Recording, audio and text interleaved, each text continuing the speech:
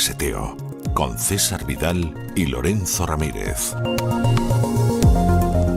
Muy buenos días, muy buenas tardes, muy buenas noches y sobre todo muy bienvenidos a este programa absolutamente exclusivo de cesarvidal.tv, donde nos dedicamos a sobrevolar sobre todas aquellas cuestiones que les mienten, que les ocultan o que les falsean. Por supuesto, las furcias mediáticas y aquellos que mueven los hilos de esas marionetas. Nos vamos a acercar en la próxima hora a cuestiones de geopolítica, de geoestrategia, casi me atrevería a decir hoy hasta de geosexo, y ya verán que no estoy en absoluto exagerando. Y por supuesto la nave la pilotará con su especial acierto, con su solidez inquebrantable y con su documentación masiva, don Lorenzo Ramírez, como siempre. Don Lorenzo, muy buenas noches. ¿Por dónde vamos a navegar hoy? ¿Qué tal? Muy buenas noches, don César. Pues hoy vamos a iniciar una serie en la que vamos a dar muchas claves interesantes sobre las oscuras relaciones entre el mundo de las finanzas, el ámbito científico y académico, el político, el tecnológico, también el ocultista, y todo ello ¿cómo? Analizando la vida y obra de un tipo que de forma transversal aparece en todas y cada una de estas áreas, o mejor dicho, aparecía, ¿no? Porque en agosto de 2019 fue hallado muerto en la prisión de Nueva York, donde esperaba un juicio por tráfico sexual de menores. Con este dato, bueno, ya muchos se imaginarán, ¿no? Que estoy hablando de Jeffrey Epstein, financiero. Presunto suicidado. No se lo cree nadie esto, que se suicidara, no se lo cree nadie. Es que no he visto ningún análisis medianamente serio de esto, excepto la información oficial. Este financiero millonario, con una red de contactos que iban desde la Casa Real Británica, pasando pues, por famosos actores, directores, políticos, empresarios, e incluso inquilinos de la Casa Blanca, ¿no? En una telaraña tejida con la colaboración de los servicios de inteligencia. Y de esto se ha hablado muy poco, don César, y nosotros lo vamos a contar. Es imposible plantear en un espacio como este lo publicado en decenas de libros, los testimonios de quienes le conocieron y ayudaron en sus fechorías. Es que tendríamos que dedicar un espacio fijo a ello todas las semanas, ¿no? Y no lo vamos a hacer. Pero nos vamos a centrar en lo más relevante. Y lo más relevante no es si estaba Kevin Spacey o no estaba en el Lolita Express, si estaba Woody Allen o no estaba en las Bacanales. No, lo más importante son otras cosas, ¿no? Esto ya lo sabemos en realidad, ¿no? Lo sabemos ya prácticamente todo. Con el objetivo de que nuestros suscriptores vean que detrás de este tipo había mucho más que degeneración sexual y sobre todo para que comprueben el grado de podredumbre que existe detrás de las cortinas, ¿no? Donde nadie quiere que miremos, pero ya huele, ¿verdad? Hace tiempo, don César, que ya huele muy mal, ¿no? La mayor parte de las biografías de Epstein comienzan destacando su papel de banquero de inversión, como si hubiera nacido ya banquero este hombre, ¿no? Pero la realidad es que este tipo nace en Brooklyn, de una pareja de migrantes judíos que habían huido de Europa. No está claro cuál era el país de procedencia de sus progenitores, no se sabe porque llegaron sin papeles, llegaron sin pasaporte. Esto es bastante común, hay gente que ha intentado buscar aquí algo extraño, ¿verdad? Todos esos que llegaban, ¿no? en Ellis Island, muchos de ellos, ¿verdad? Llegaban sin papeles, porque claro, evidentemente estaban huyendo. Es muy posible que sus nombres y apellidos no fueran reales. Es decir, la primera mentira de Epstein es que a lo mejor ni siquiera su apellido real es Epstein, ¿no? Bueno, o incluso era un apellido que sonaba parecido, pero el funcionario americano escribió lo que le pareció. Yo conozco gente, por ejemplo, que la familia tenía apellidos alemanes, y como lógicamente escribir un apellido alemán no era fácil, pues el funcionario americano lo que hizo en un momento determinado es que lo adaptó a como a él le sonaba en inglés y así se quedó el apellido para los restos, ¿no? Sí, eso es algo muy común, ¿no? Llegaron como otros inmigrantes. Hubo a quien le pusieron Corleone incluso de apellido, o sea que, como usted sabe. Sí, llegaron como otros inmigrantes a buscarse la vida en Estados Unidos, encontraron trabajo, el padre Seymour, que seguramente se llamaba Simon, y se cambió el nombre por Seymour. Parece que los historiadores o los que han investigado todo esto consideran que era lo más factible. Y su madre, Pauline, como profesora asistente. La pareja tuvo dos hermanos, dos hijos, que eran hermanos a su vez, Jeffrey y Mark, ambos superdotados. Aquí ya hay un dato importante, superdotados al menos desde un punto de vista del análisis del IQ, ¿no? de los test de inteligencia, ¿no? Con capacidad extrema para las matemáticas, para la física y para la música, ¿no? Algo que es también bastante común, ¿no? La música al final son matemáticas, ¿no? Tocaban muy bien el piano. Es cierto. Tocaban muy bien ambos el piano, hacían veladas y tal. En aquellos tiempos, Epstein ya empieza a desarrollar una personalidad muy potente. de gran embaucador, eso es lo que le ha caracterizado siempre. Esto luego lo perfeccionaría con mucha técnica, ¿no? Y su padre, a pesar de que oficialmente era jardinero, luego se convierte en asociado del padre de Donald Trump en negocios inmobiliarios de una manera bastante extraña. De esta etapa hay muy poca documentación, porque parte de ella desapareció debido a las conexiones de la familia Epstein con el crimen organizado, algo que analiza muy bien el periodista Nicolás Moraes en una serie de documentales que ha hecho sobre el magnate. Desapareció esa información no para cubrir a Epstein, ni para cubrir ni siquiera la relación con el padre de Trump, sino para cubrirse la propia mafia, el crimen organizado, de haber participado en esos eventos o en esas cosas que hicieron, ¿no? En contra de lo que se ha dicho en algunos medios, la relación de Donald y de Jeffrey no era buena. De hecho, el expresidente de Estados Unidos le consideraba un nerd, un empollón, aburrido, podríamos decir. Sí. Algo así, ¿no? Un tío raro, pero no en el buen sentido, sí. De hecho, luego ya posteriormente, ¿no? Hay algunas imágenes, ¿no?, en las que se les ve juntos a Donald Trump y a Jeffrey Epstein, incluso en alguna fiesta y tal. Incluso se ha apuntado que Donald Trump decía que Jeffrey Epstein era un tipo divertido. Bueno, en esta primera época, de hecho, se reía de él, ¿no? Y Jeffrey Epstein, eso, la verdad es que no se lo perdonó nunca, ¿no? Y ya desde esta época temprana, Epstein, pues mostró interés en la prostitución. No ya como usuario o cliente, sino como proxeneta. Un verano, con 17 años, trabajó en un hotel y ahí ya montó su primera red de prostitución. O sea, ahí descubrió que ahí había negocio. Eso es. Le debió ir bien, porque el dueño del hotel le trasladó la gestión del establecimiento durante todo el verano. Dijo, macho, tú aquí estás haciendo aquí pasta. Viene la gente como no ha venido nunca. Aquí tienes las llaves, Jeffrey.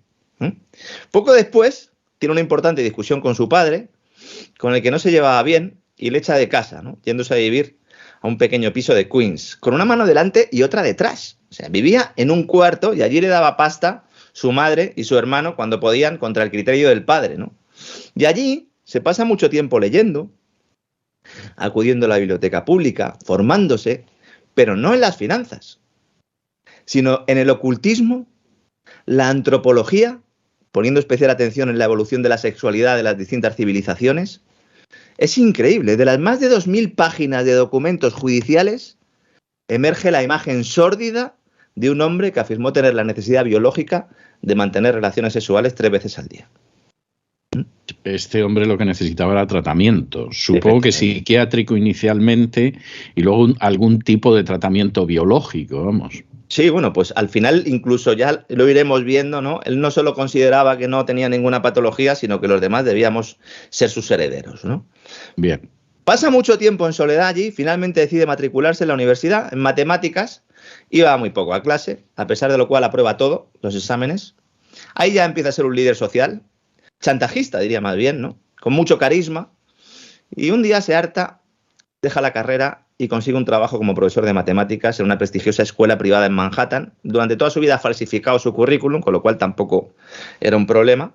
Llega allí, empieza a dar clase, dicen, este tipo funciona, este tipo es bueno, y allí conoce a Alan Ace Greenberg, jefazo del banco de inversión Bear Stearns, porque le daba clases particulares a su hijo, al hijo de Greenberg. Es que no hay cosa como tener contactos, ¿eh?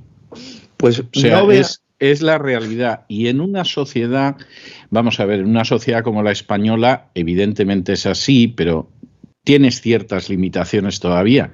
Pero en una sociedad como la americana, que es eminentemente práctica, y si tú sabes hacer algo, sabes hacerlo, y les importa 3 pimientos, otro tipo de condicionantes, bueno, el límite es la luna, claro.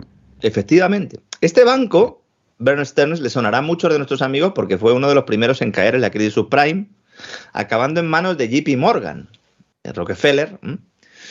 Lo rescató, lo salvó. ¿Cómo hizo Ana Botín con el Banco Popular? Les hizo un favor. Sí, les hizo un favor.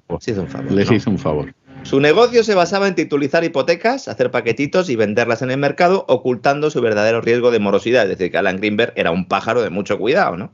Sí. Fue una de las primeras fichas del dominó en caer y llevarse por delante a la banca de inversión de Estados Unidos, ¿no? Epstein logra cenar un día con los Greenberg y el directivo bancario se queda prendado. Dice, este tipo funciona. Dice, Este vale. Te tienes que venir al banco. Epstein le dice que tenía titulación universitaria, le engaña con el domicilio, porque claro, no podía decir que vivía en un cuchitril, no habría quedado bien, no habría sido acorde, ¿no?, con la formación que tenía, y sobre todo para que no descubriera que no tenía un euro, $1 en este caso, ¿no? Vivía, como digo, con lo que le daba su madre y con lo que sacaba de las clases, ¿no? Y aquí es donde Jeffrey se destapa, como agente de bolsa, como broker. En 10 días multiplica el dinero que le entregan para gestionarlo hasta el punto de que Greenberg decide ascenderle. Le dicen, macho, tú funcionas, lo que decía usted antes, ¿no? Además estamos hablando de los años 80, Wall Street. Es que eso es también muy americano. O sea, cuando tú le cuentas a la gente, por ejemplo, que vive en España, que aquí en Estados Unidos a la gente la pueden ascender de manera muy rápida y muy continuada y que lógicamente cobra algo más cada vez que asciende, esa es una visión laboral que en España no existe, por desgracia para España, ¿no? Y en muchos otros países. Pero aquí es muy habitual, de verdad. Y como además existe mucho mercado, es que hay gente que va ascendiendo de acuerdo con su valía y en un momento determinado vienen a buscarlo de otras empresas. O sea, es un mercado laboral que no tiene punto de contacto por ningún lado con lo que es España.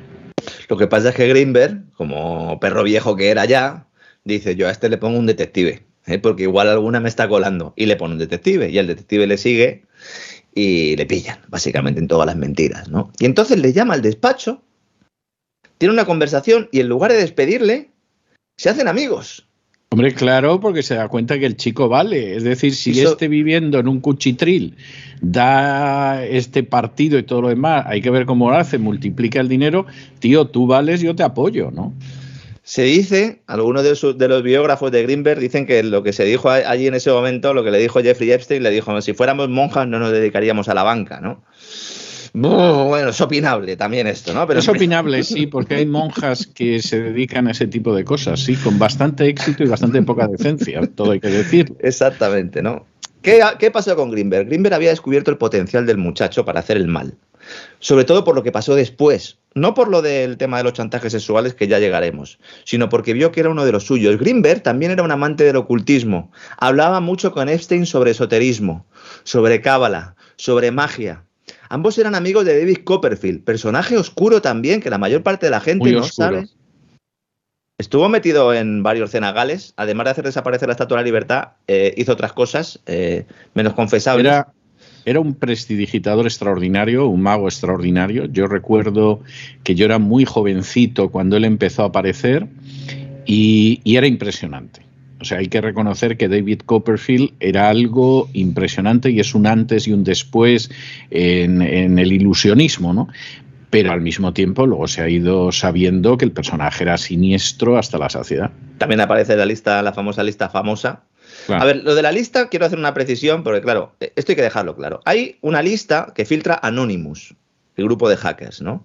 Y luego está el Black Book, que es un pequeño cuadernito que tenía Epstein, donde iba apuntando todas las cosas. Esto está en internet, está ahí para que el que quiera verlo lo puede ver y que cada uno juzgue la realidad. Es decir, nosotros no estamos aquí para juzgar si esto es real o no, es la documentación que hay y ya está. Pero insisto, es que no es lo relevante, pero muestra hasta qué punto era extensa la red de contactos del magnate, aunque en aquellos tiempos no era multimillonario.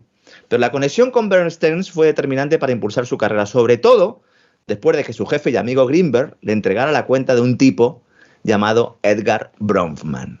Manda más del imperio familiar Seagram, el de la Ginebra. Exacto. Exactamente. La famosa Ginebra, ¿no? Poco después, cuidado con lo de Bronfman, poco después se convertiría en el presidente del influyente Consejo Judío Mundial, cuyo propósito es, según su declaración fundacional, actuar como brazo diplomático del pueblo judío, ¿no? Tenemos que situarnos años 80. ¿verdad? A eso se apuntan muchos, ¿eh? O sea, cuando te mueves un poco, resulta que hay una cantidad de organizaciones que son el brazo diplomático del pueblo judío que dices, o lo son todas y no sé cómo actúan para coordinarse, o aquí hay alguien que se está llenando los bolsillos con una supuesta representatividad que no tiene, ¿no? Pero sí, lo pretendía. En muchos casos pertenecen las mismas personas a los diferentes consejos de este tipo, sí, ¿no? Porque sí, al final es un tema como de pertenecer a un club social o a una sociedad discreta. Es decir, tienes que estar ahí para que se te tenga en cuenta, ¿no? Oye, ¿y este por qué no está con nosotros? ¿O este por qué no viene? ¿Qué pasa? Que no es de los nuestros, ¿no? Epstein encandila a Bronfman hasta el punto de que le pide a Bronfman que orientara a su hijo. Estamos hablando de un tipo que desde los 17 años ya montaba redes de prostitución.